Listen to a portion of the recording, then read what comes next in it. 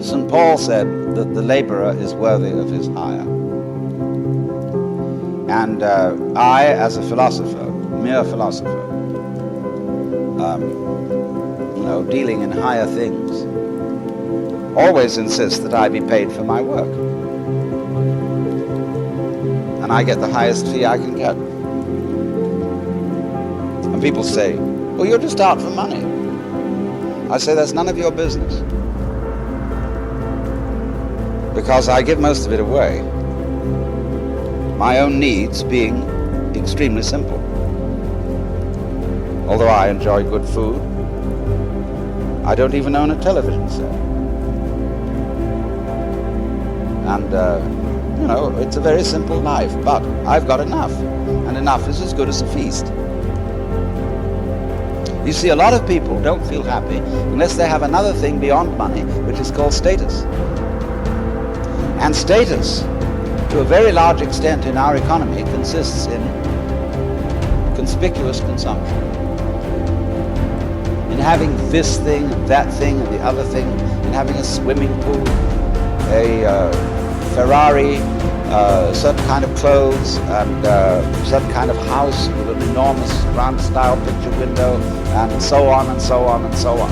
And we think we need all that because we've been persuaded by a certain kind of propaganda that that's how we ought to live.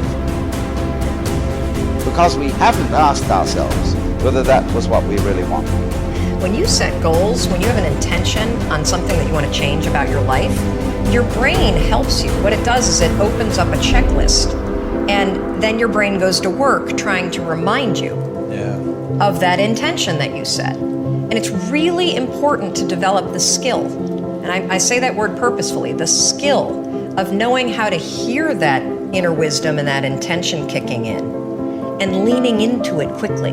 So for me, my brain saying, that's it, right there. Move as fast as a rocket, Mel. But one of the main reasons that people don't get what they want is because they don't actually figure out what it is.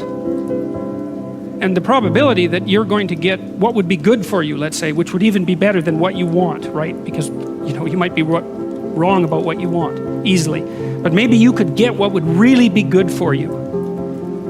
Well, why don't you? Well, because you don't try. You don't think, okay, here's what I would like if I could have it. And I don't mean in a way that you manipulate the world to force it to deliver you goods for status or something like that. That isn't what I mean. I mean something like, imagine that you were taking care of yourself like you were someone you actually cared for. And then you thought, okay, I'm caring for this person. I would like things to go as well for them as possible. What would their life have to be like in order for that to be the case? Well, people don't do that. They don't sit down and think, all right, let's figure it out. You've got a life. It's hard, obviously. It's like 3 years from now, you can have what you need. You got to be careful about it. You can't have everything. I wanted to change my life. And I think most people that are miserable or that are really like dying to be great and dying to have more, we want to change. We want to live a better life. We want to create more for our families. We want to be happier. The desire is there. Again, it's about how do you go from knowledge to actions. Part of the reason that people fail is because they don't ever set up the criteria for success. And so since success is a very narrow line and very unlikely, the probability that you're going to stumble on it randomly is 0. And so there's a proposition here, and the proposition is, if you actually want something, you can have it. Now the question then would be, well, what do you mean by actually want? And the answer is that you reorient your life in every possible way to make the probability that that will occur as certain as possible. And that's a sacrificial idea, right? It's like, you don't get everything. Obviously. But maybe you can have what you need. And maybe all you have to do to get it is ask. But asking isn't a whim or today's wish. It's like, you have to be deadly serious about it. You have to think, okay, like I'm taking stock of myself. And if I was going to live properly in the world and I was going to set myself up such that being would justify itself in my estimation, and I don't mean as a harsh judge, exactly what is it that I would aim at. Sit on your bed one day and ask yourself, what remarkably stupid things am I doing on a regular basis to absolutely screw up my life?